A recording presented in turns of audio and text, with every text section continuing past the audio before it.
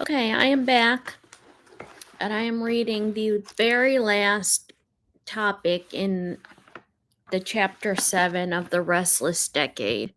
It's very short,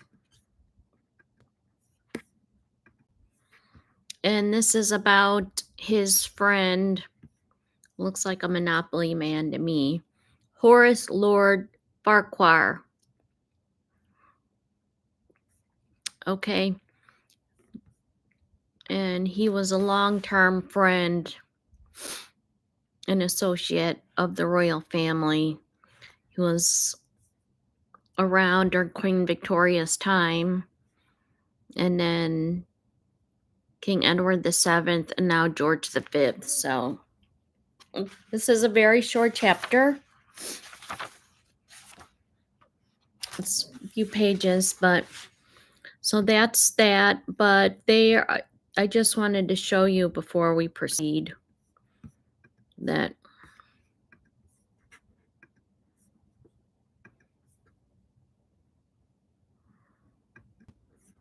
look, you see this is the book King George V by Kenneth Rose. And this is the website I was talking about, thriftbooks.com. So if you want to take a look at that, I mean, for $5 you can get the paperback or the hardcover. Mine did not come with a book jacket, but it came in exceptional condition, which might not be in good condition now that I've gone through it. But I'm going to go ahead and get started. And I want to bring back the picture of Horace Farquhar. Okay, so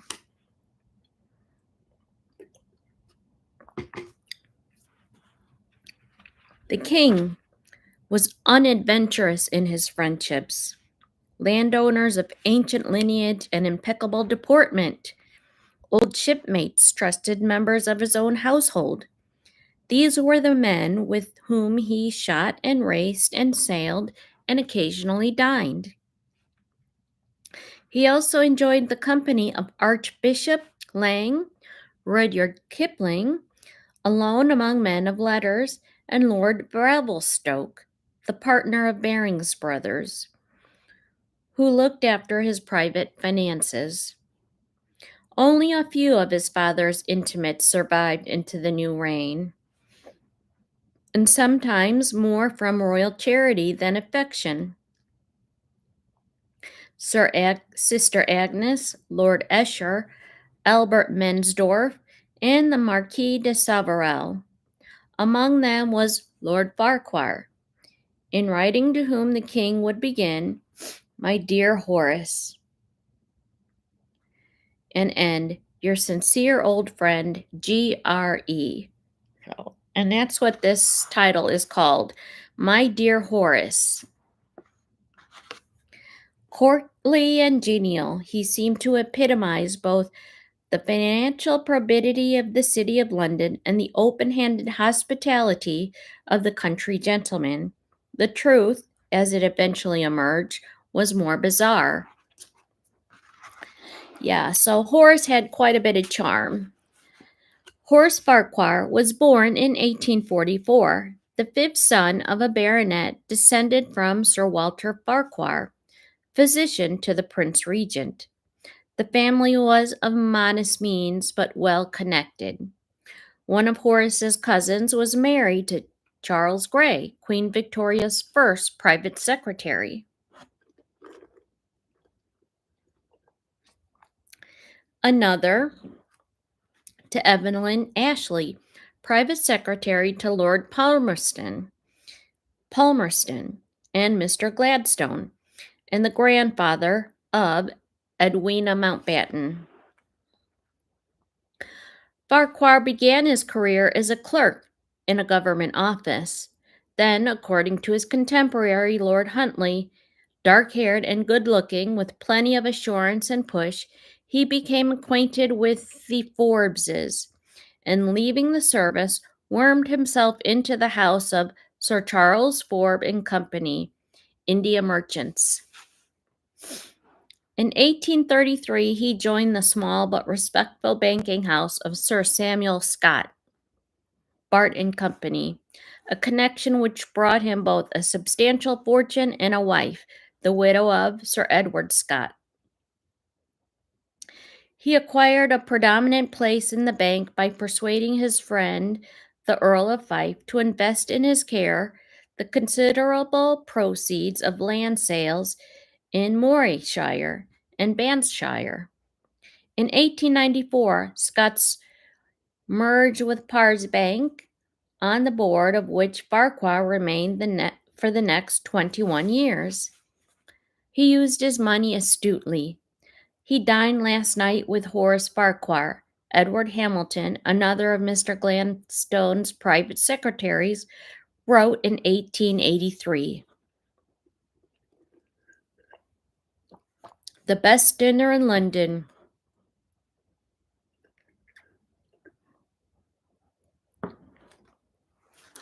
Judicious gifts to the Conservative Party brought him a baronetcy. It was followed in 1898 by a peerage after he spent only 3 years as an MP for West Marylebone. The distinction came as no surprise to him, as he confessed to Hamilton. He had subscribed more than the accepted tariff. Lord Fife, meanwhile, had in 1889 married the eldest daughter of the Prince of Wales and was created a duke. He brought his friend into the intimacy of the royal circle.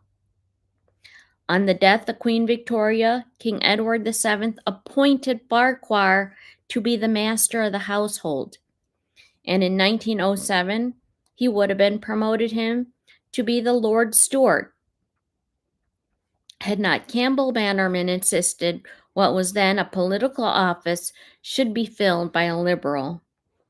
Farquhar was counseled with privy councillorship and appointed to be an extra lord-in-waiting to the king. Attendance at court did not preclude either his continuing on board of Parr's Bank or even his more adventurous operations on the stock exchange. Lord Lincolnshire wrote in his diary in February 1907, "A Siberian gold mining company has been formed by some Jewish speculators. Francis Knowles, Lord Stanley, Lord Howe, and Sir West Ridgway and others accepted directorships, and the shares were rushed up to £16. They have gone down with a rattle, and Horace Farquhar is said to have netted £70,000. He's supposed to have secured all those names, and the papers are open-mouthed at this scandal. It is deplorable that the King's private secretary and the Queen's Lord Chamberlain should have been let in and mixed up in such an affair like this." If the future King George V knew of the scandal, it did not affect his regard for Farquhar, with whom he had shot in Norfolk for the past 20 years. On ascending the throne in 1910, he reappointed him as the Lord-in-Waiting on the day he was crowned, and he accepted from him a portrait of the late king.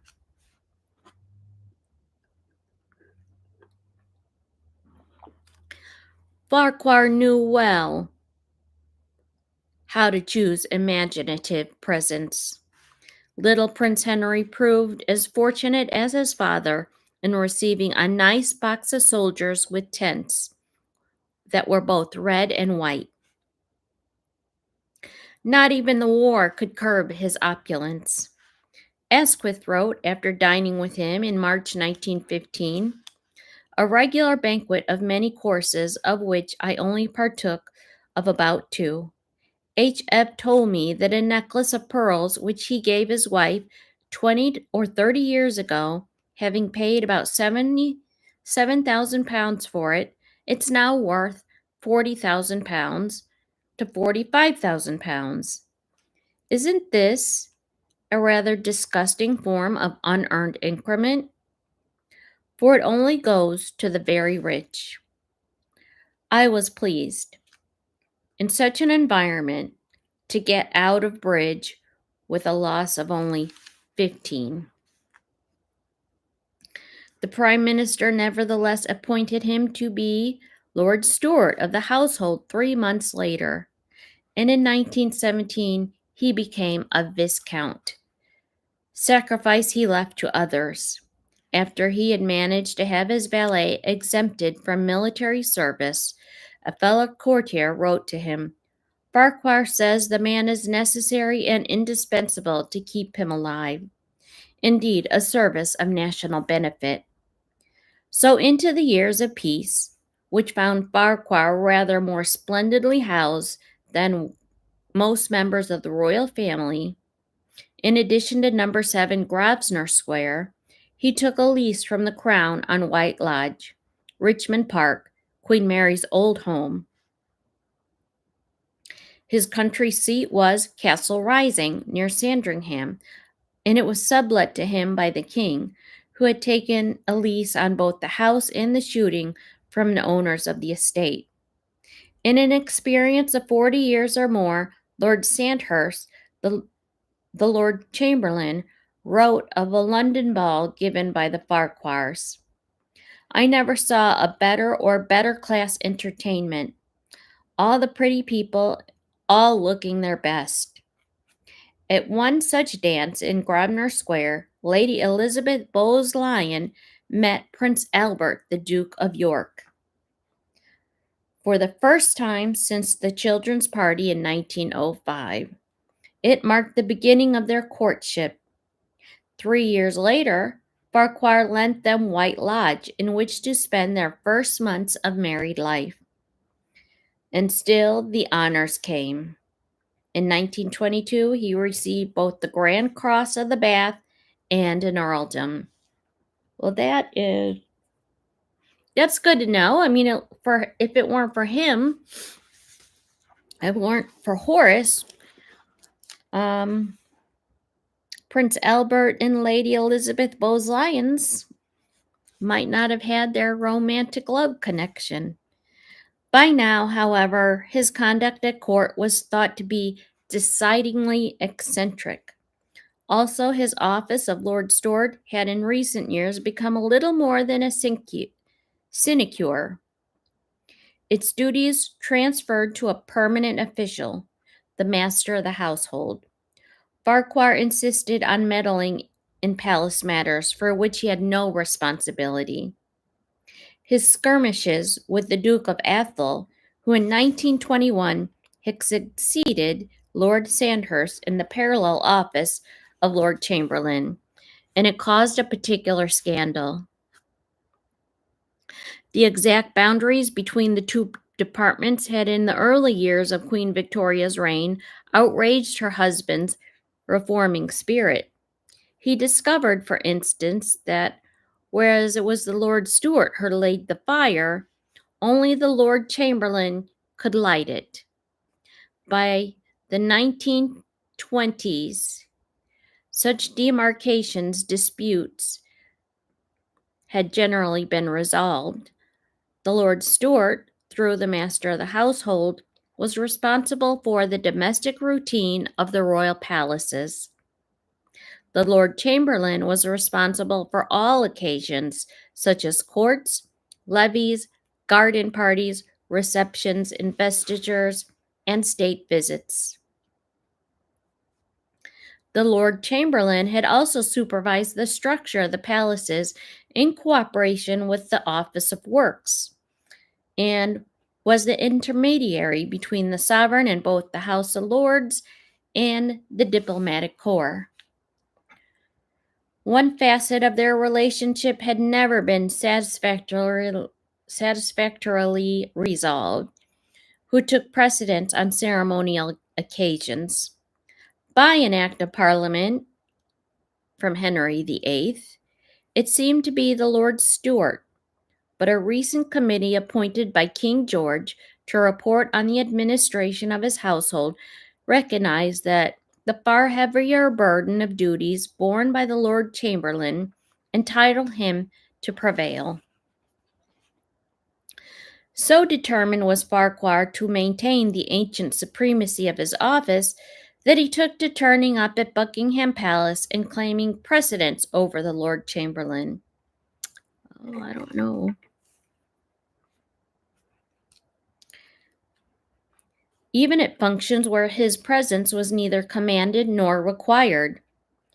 A week before the wedding of Princess Mary in 1922, the Duke of Atholl wrote that he feared Farquhar might literally push him out of the way at the ceremony, as he had done before. The Master of Pageantry, Lord Curzon, was asked by the king to investigate the conflicting claims of the Lord Stewart and the Lord Chamberlain. But his long and eloquent report was indecisive. The king, always indulgent towards Farquhar, granted him personal precedence, a settlement in which Atholl generously acquiesced as long as Farquhar ceased to interfere. Both Stanfordham and Ponsonby, however, were enraged by Farquhar's unseemly self-importance and delighted to see the end of his tenure as Lord Stewart on the fall of the Lloyd George government in October 1922.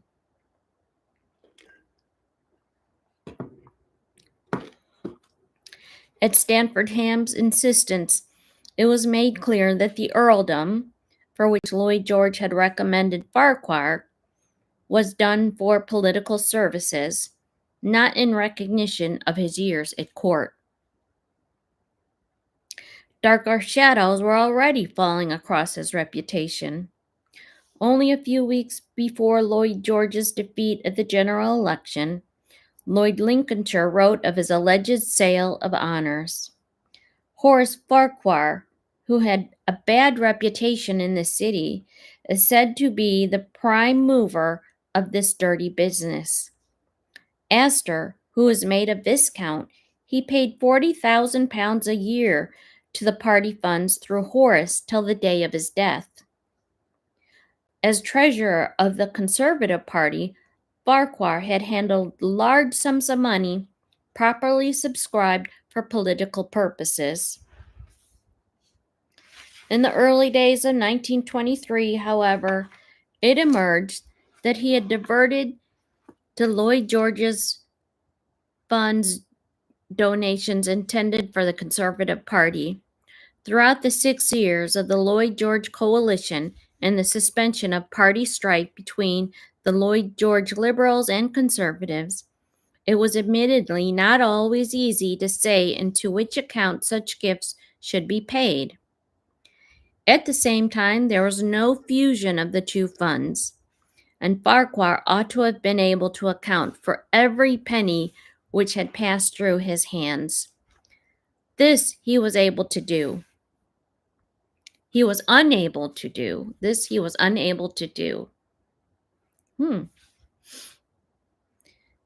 The new Prime Minister Bonar Law, who had brought the precise mind of the Glasgow merchants into politics,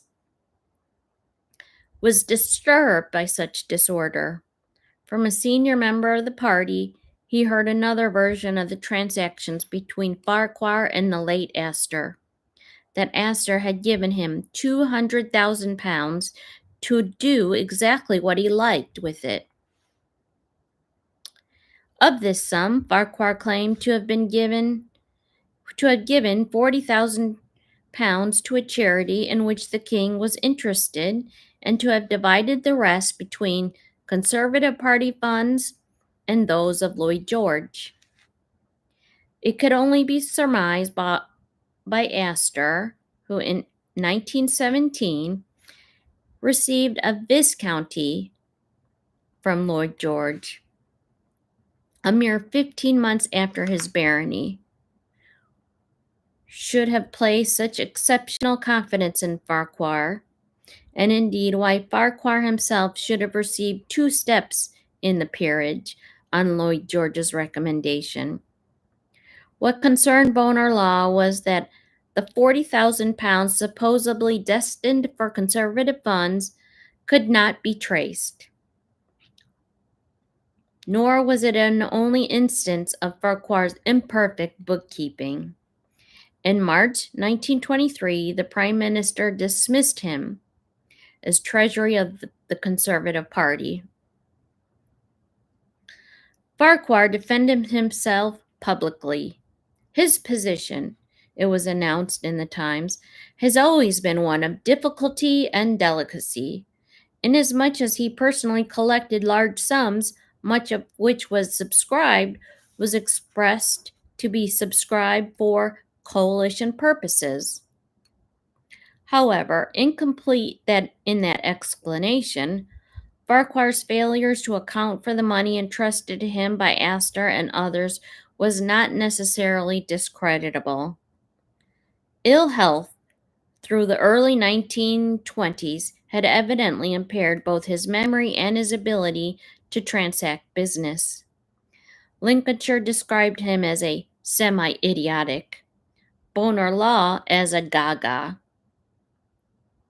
The king gave him the benefit of every doubt. He and Queen Mary dined in Grosvenor Square in May and called on their old friend for the last time in August, 2 weeks before Farquhar's death in his 80th year. Farquhar's will was long and grandiose. His bequests, many and generous, as befitted an estate provisionally sworn at £400,000 in the currency of 1923.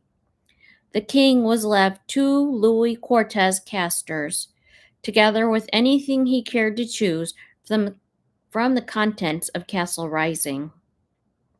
The queen, a Louis Seize commode, together with the contents of White Lodge.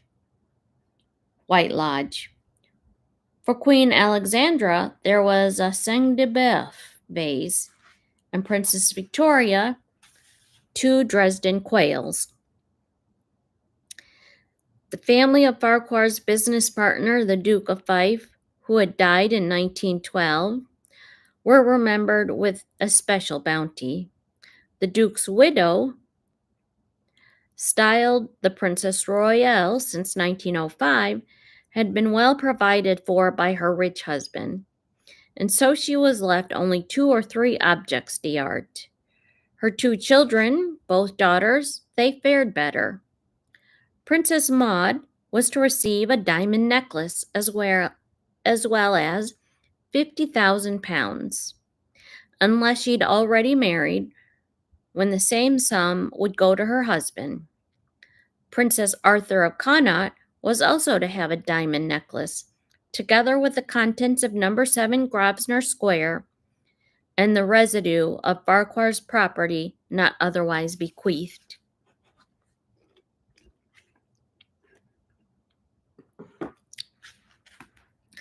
Nor were friends of lesser rank forgotten. 48 of them, their names a roll call of the aristocracy. They each were to receive £200 with which to buy a memento. Among them were Stanfordham and Wigram, but Wigram was to have an additional £3,000. Farquhar was childless. There were, however, bequests to his kinsmen and generous provisions for his servants. Informed by Wigram of their joint good fortune, the king congratulated his assistant private secretary on a timely windfall that would more than cover the expenses of his wife's recent illness. But he doubted whether Farquhar's estate would realize the reported total of £400,000. The king was more discerning than he could possibly have imagined. The fortune made by the banking and on the stock exchange, the proceeds of his philanthropic enterprises on behalf of Lloyd George and the Conservative Party, if indeed they had failed to reach their intended destinations, those lavishly bequeathed riches, those splendidly furnished houses, all of them were engulfed by huge and unexpected debts. Rumor had it that Farquhar always a patron of the stage, had invested recklessly in the theaters of London and Paris at a time of depressed conditions. Whether by speculation or extravagance, the net value of his estate was nil. Not one of his legatees received such a